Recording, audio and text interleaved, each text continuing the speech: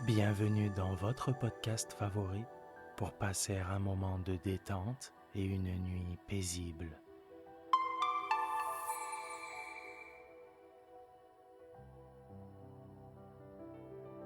Installez-vous confortablement et profitez chaque soir de votre moment de relaxation avec le podcast Dormir sans souci.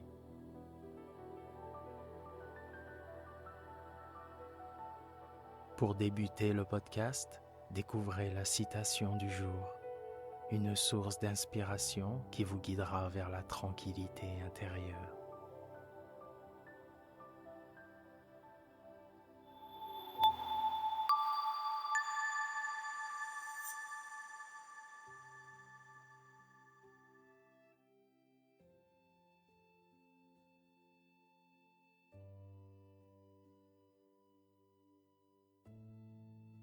Notre citation du jour nous a été envoyée par notre abonné Léa de Strasbourg.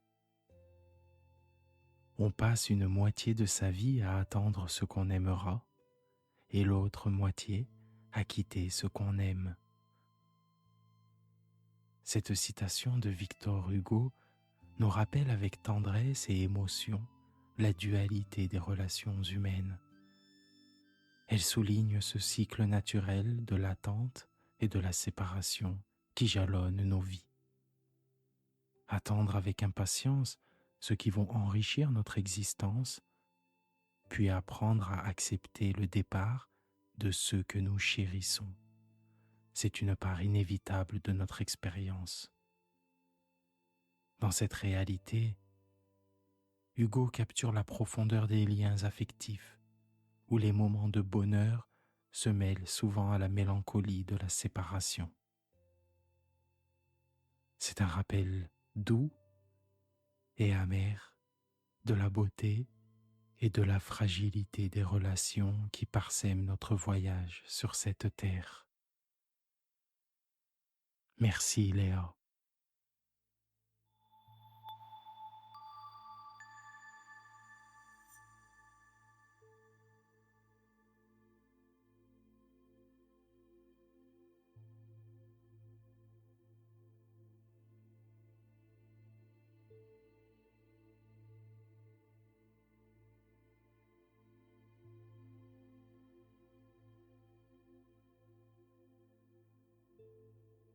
Violette était une gentille petite fille de 4 à 5 ans. Elle avait de grands yeux bruns, une jolie petite bouche, de longues boucles de cheveux blonds dorés qui pendaient sur son dos jusqu'à la ceinture. Sa figure était si douce que tous les gens qui la voyaient étaient disposés à l'aimer.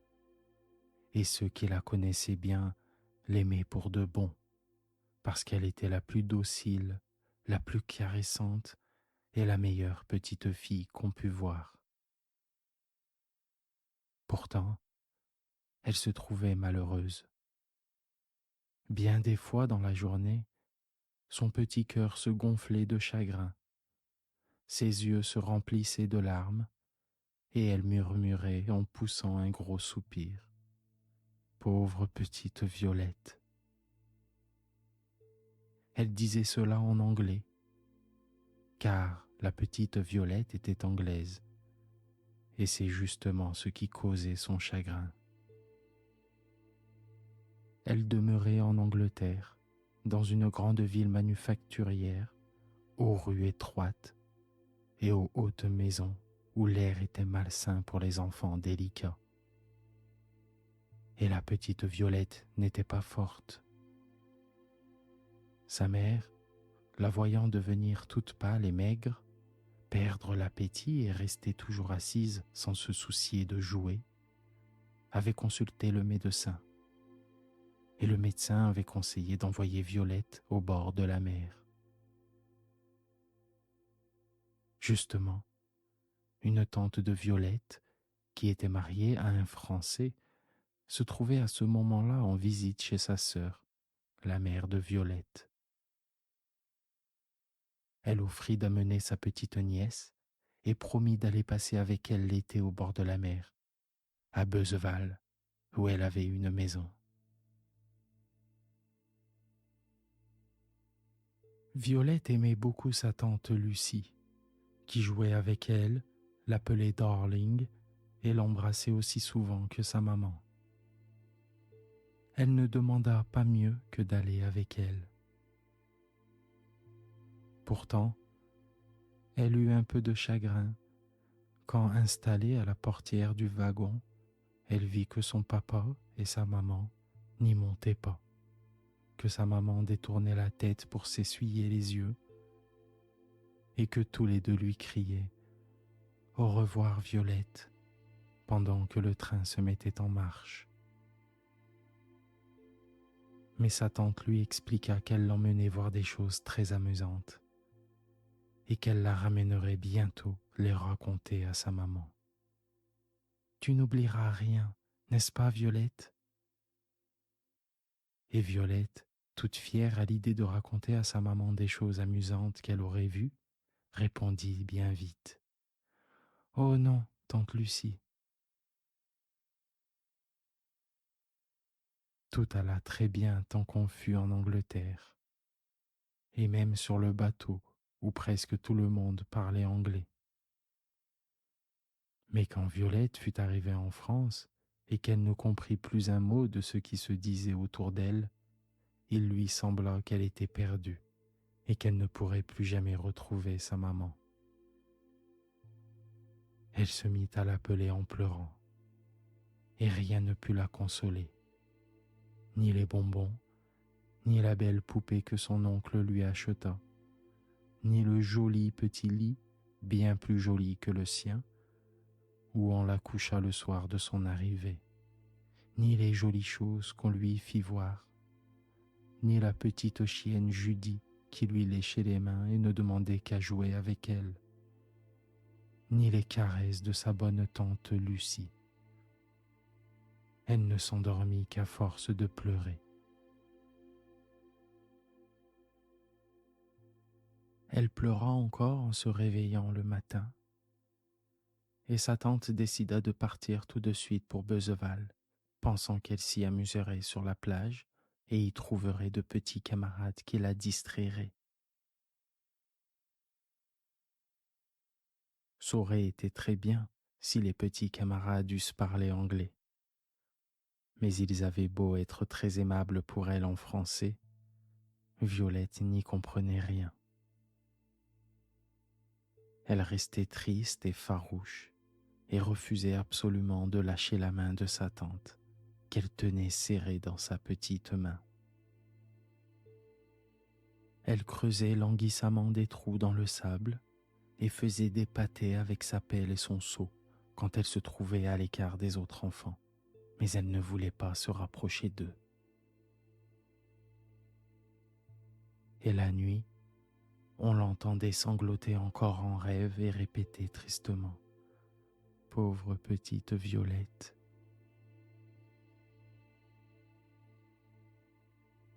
Sa tante était désolée. Avoir emmené cette petite pour la guérir et la voir dépérir de chagrin. Elle se demandait si elle n'allait pas la reconduire à sa mère lorsqu'elle reçut la visite d'une dame qui arrivait à Beuzeval et avec qui elle avait fait connaissance l'année précédente. Cette dame avait avec elle sa petite fille, âgée de 8 ans. « Que je suis contente, madame, dit-elle à la tante de Violette, que vous ayez ici votre gentille petite nièce. Elle jouera avec Marguerite, qui aime beaucoup les enfants. Elle fait très bien la petite maman, je vous assure. » Et Marguerite s'avança vers Violette, en souriant, voulut l'embrasser et lui parla d'une voix douce, avec les gentilles manières qui la faisaient aimer de tous les petits enfants. Mais, à son grand étonnement, Violette lui retira vivement sa main et se cacha dans les jupes de sa tante. « Elle a peur de moi ?» dit Marguerite, toute triste.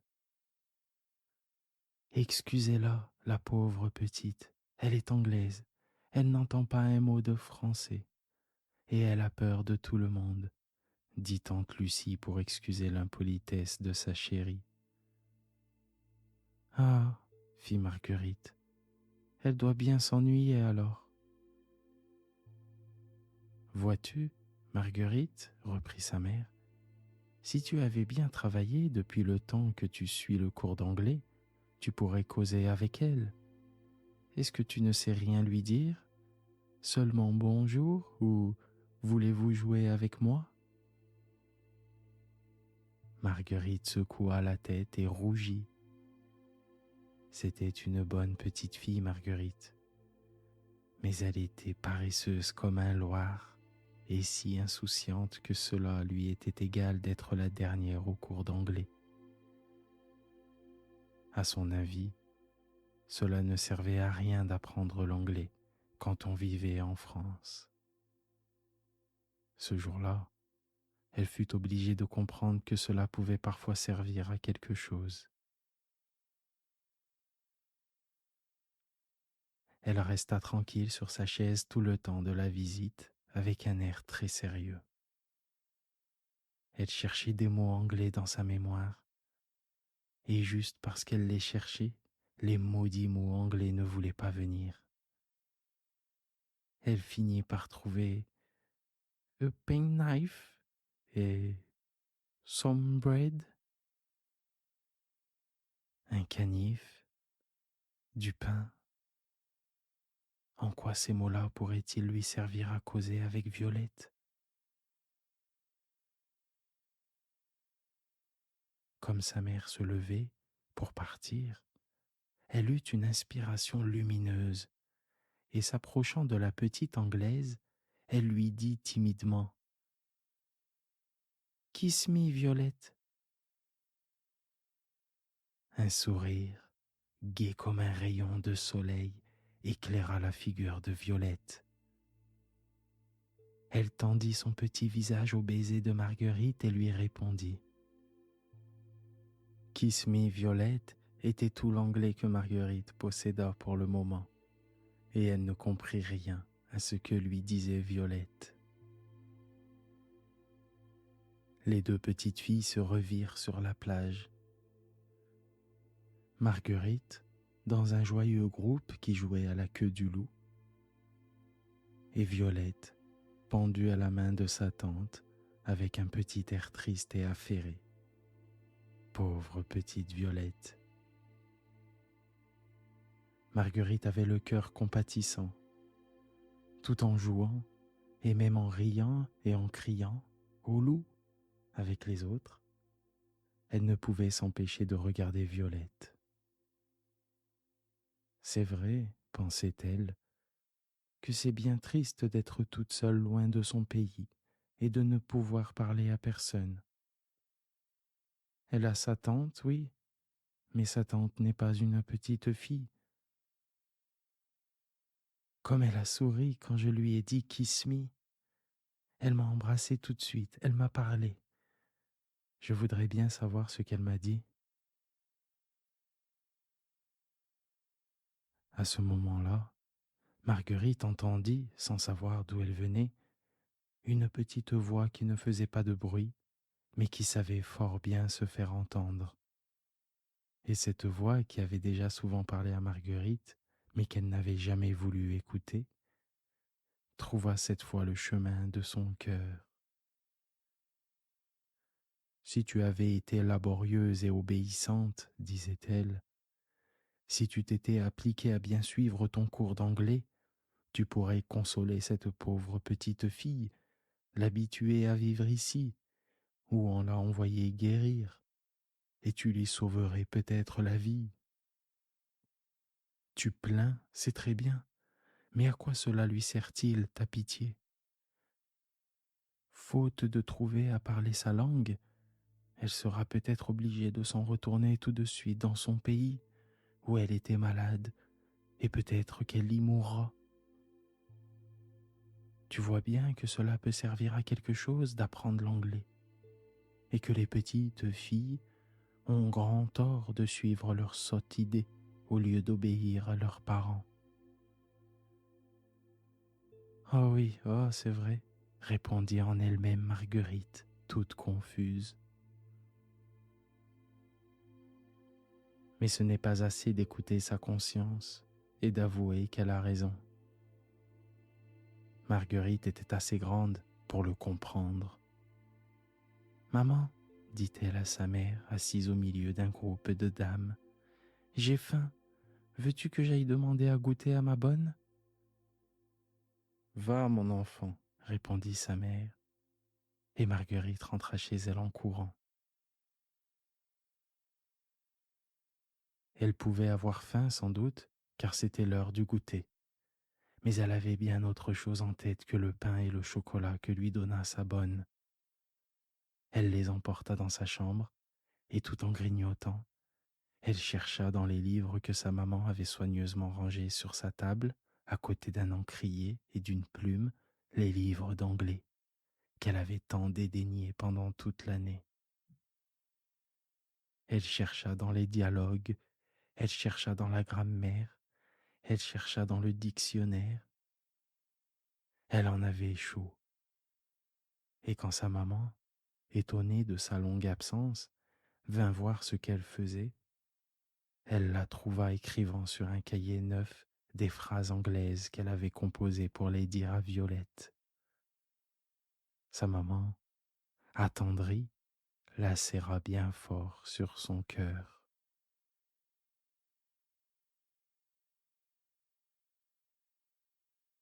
Marguerite était convertie, sa bonté avait eu raison de sa paresse.